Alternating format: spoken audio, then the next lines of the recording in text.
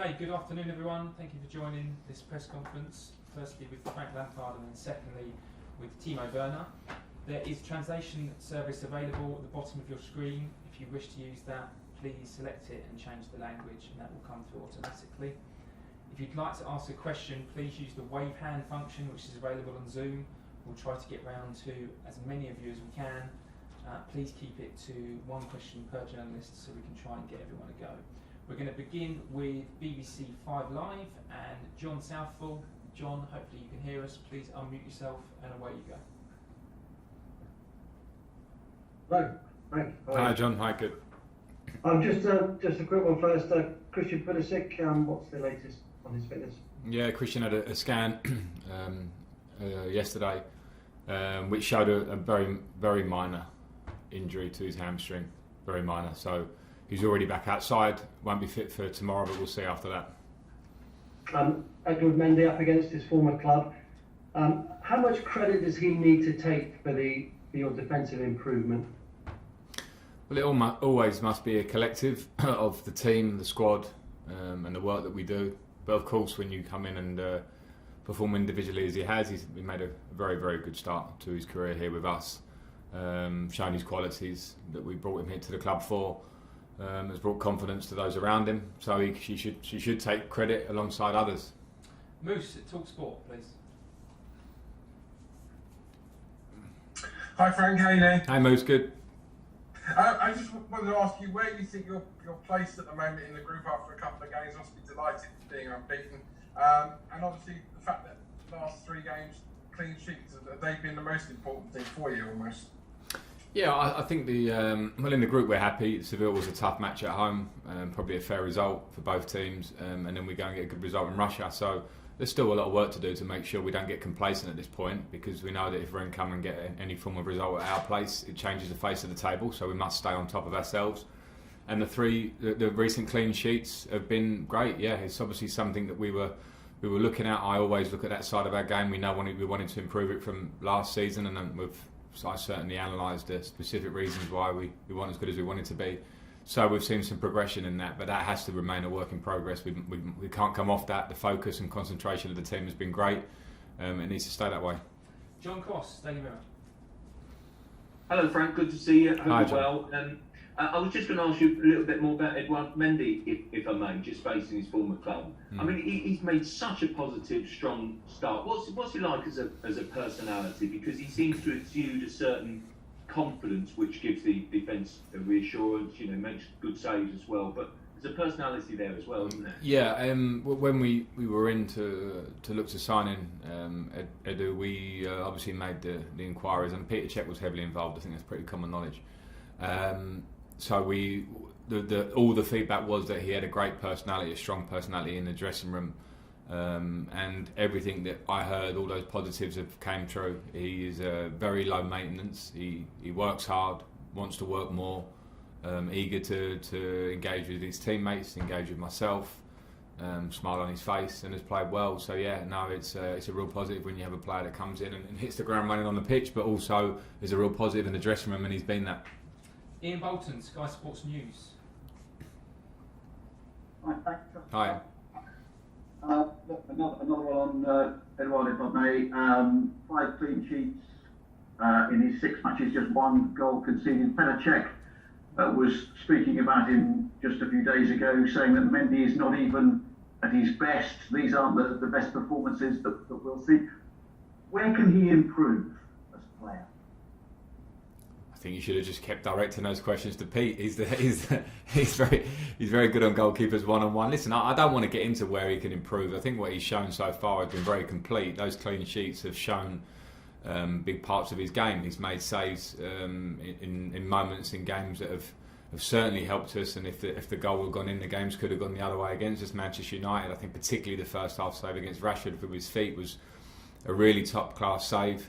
He's given off a sense of calm in his distribution and his coming for crosses and things that you just want from your goalkeepers, and he's done that. So listen, I'm sure he'll improve. I think when Pete says that, he's talking about the fact that it's really early days for him at the club. He's settling in still to a degree, but again, I'm not trying to play this down though. I don't want to get too ahead of ourselves, because it's been a really good start for him. I'm very confident in him. He's shown great qualities so far. I think there is going to be a lot more to come, and with his attitude, which is key, and I've seen how he wants to work and how he wants to be, the humility in him, I think he can go much further in many departments. James Watson.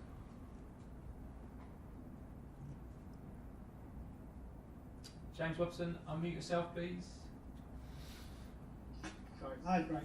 Hi. We've seen how competitive this season is. Just the very fact you're playing Champions League every week, midweek at the moment. I just wonder how realistic is it for any team, in the Premier League in particular, to be able to mount dual challenges for both the title and the Champions League? Because even with a big squad, it's so taxing. Yeah, I think that's always a big challenge for top clubs, because in normal seasons, normal times, I think it's demanding on a squad to play as regularly as we are, and now that's even tighter. So hence why I think a lot of managers now, particularly managers that are involved in Europe, are calling for more subs in the Premier League, because we know these demands can take the players to places where they're in a real injury risk.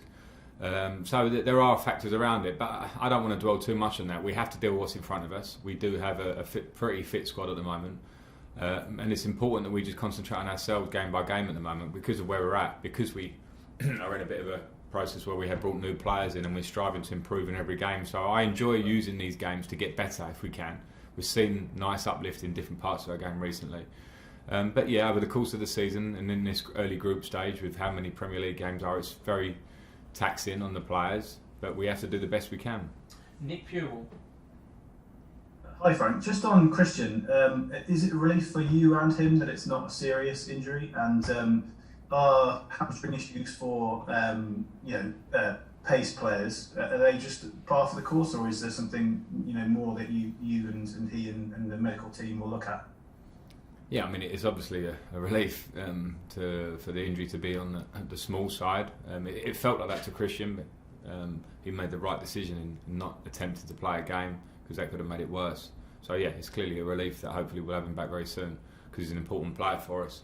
With the actual muscle injuries, that's a hard one to call. It's forever going to be a challenge. Some players that had play on the edge, that have such speed in their game and acceleration, maybe it can be more susceptible. I don't think that's a one-fits-all answer, because it's different for everybody. From last season, we were looking at ways of managing Christian and just trying to be proactive and not hopefully getting so many injuries. I know it's something he'd experienced previously in his career at Dortmund as well. So we're all working in the same direction on that one, to try and get him to be as fit, as regularly as possible, because we know the talent. Tony Banks. Hi Frank. Hi Tony. I just wanted to go back to the question about the schedule and the intensity of the schedule for a minute. I know you're talking about the possibility, the difficulties of challenging on 2 or 3 fronts, but I was just thinking about the long-term effects on players. I noticed Guardiola talking about this the other day, saying how tough it is for players at the moment, 3 games a week, every week, no chance of a break. Obviously you can rotate. Are you worried about the overall sort of medium to long-term effect on your fitness of your players? Yeah, I think we are. Well, I am, because I also understand what missing a pre-season does, and when the short turnaround and a couple of weeks off and not having a base, normally that base is a month to 5 weeks, sometimes a bit less, but I was aware of it as a player when I came back from tournaments. If pre-season was short, it could either affect the start of my season or it could hit me later on in the season, and I think we're certainly in that predicament with the players now, that they've had this lack of pre-season. They're now being thrust into game after game. As I say, at Chelsea we do have a squad here. It's my job to balance getting some consistency in selection, particularly if we are in good form, but also making sure that the squad stays as fit and fresh as they can, because I know that the demands of the long season are going to be tough. So I think it's something that is being spoken about a lot, and it's not an excuse. It's not a cry from myself or Pep Guardiola or any manager that talks about it. It's just reality, because we see it. We travelled to Manchester last week and back. We travelled to Russia and back. We travelled to Burnley and back. Great, we're doing a job we love, but there are clear physical demands on the players, and and that's we're trying to work against that, I suppose, in terms of keeping everyone as fit and fresh as we can for the season. Sammy Motwell.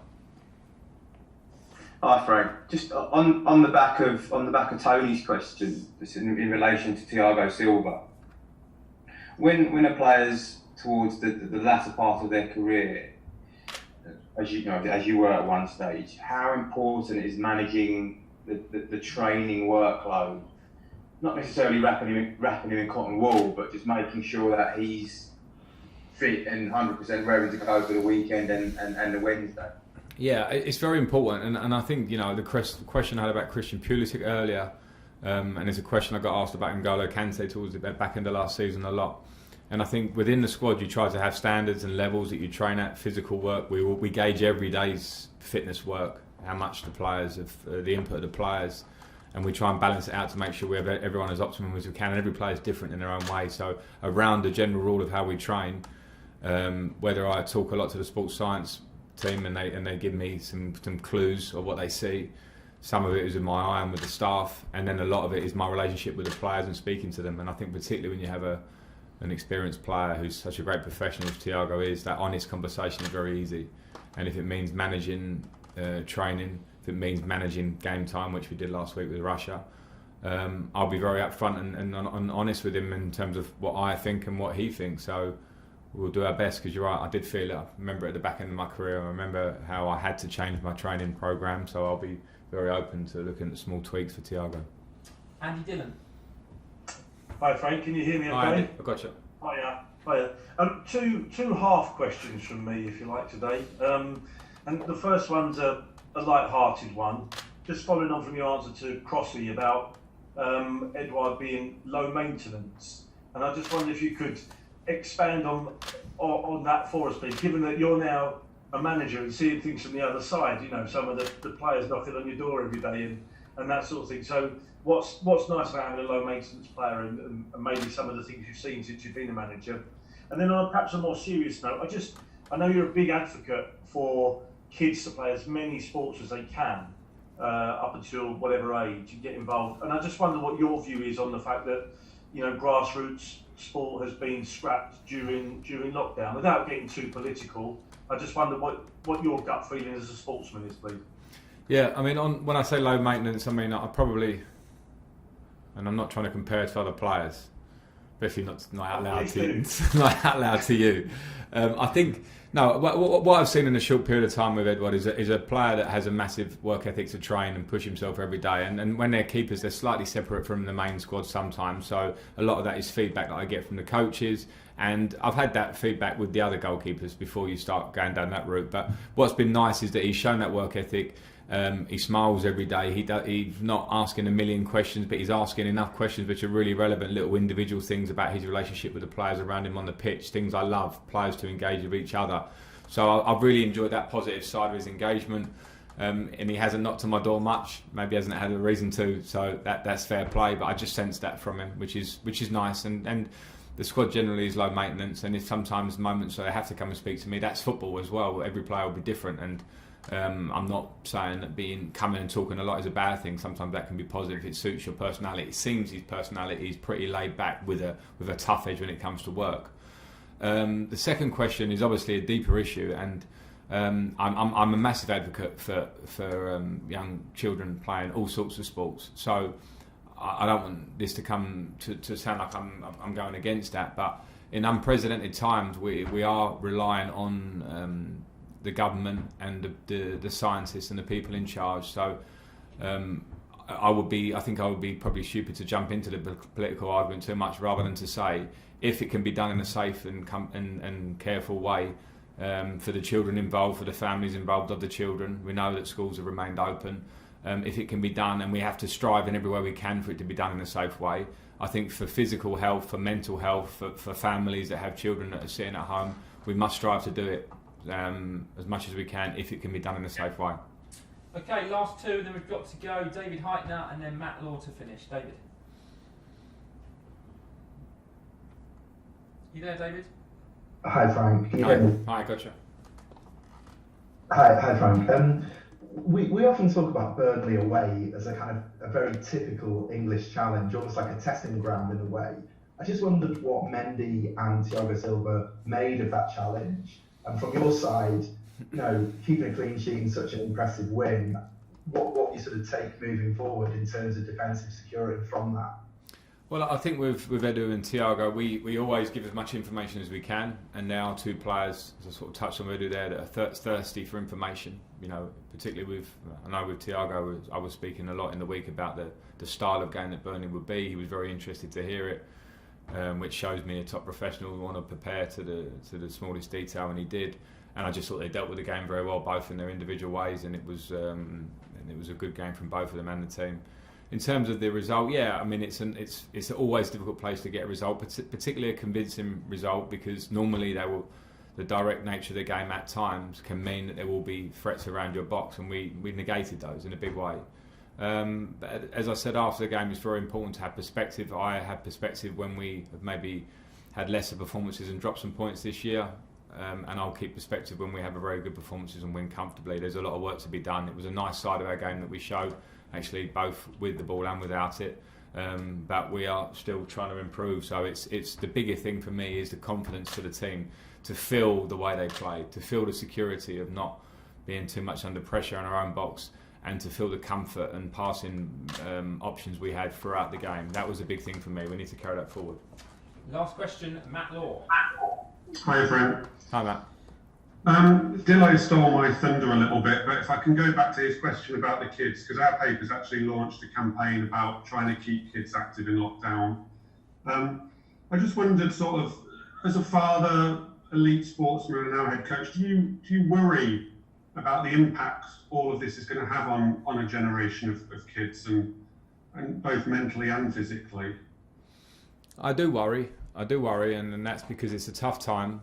And as you say, I'm a father, and I think on the bigger answer to your question about keeping sports and facilities around in this next month, say in the short term, is a tough one, because I don't know all the data behind it. But I also do know that if we, as a parent, you can affect it as much as you possibly can, which means if you can remain active, if you can encourage your child to be active in this tough time in a safe way, of course, and work with them and take them to the park, or if you have outside space that you can use it, then I think it's a great thing to be able to do. I was very fortunate. I had a sporting family that it naturally seemed to happen for me. I know that not everybody has that circumstance around them, but I would, as I say, just to go back to what I said, Matt, and I don't want to feel like I'm being too general about it, but I would really encourage if we can find a way to keep children active, but it does have to be done in a safe way, because we're somewhere we've never been before.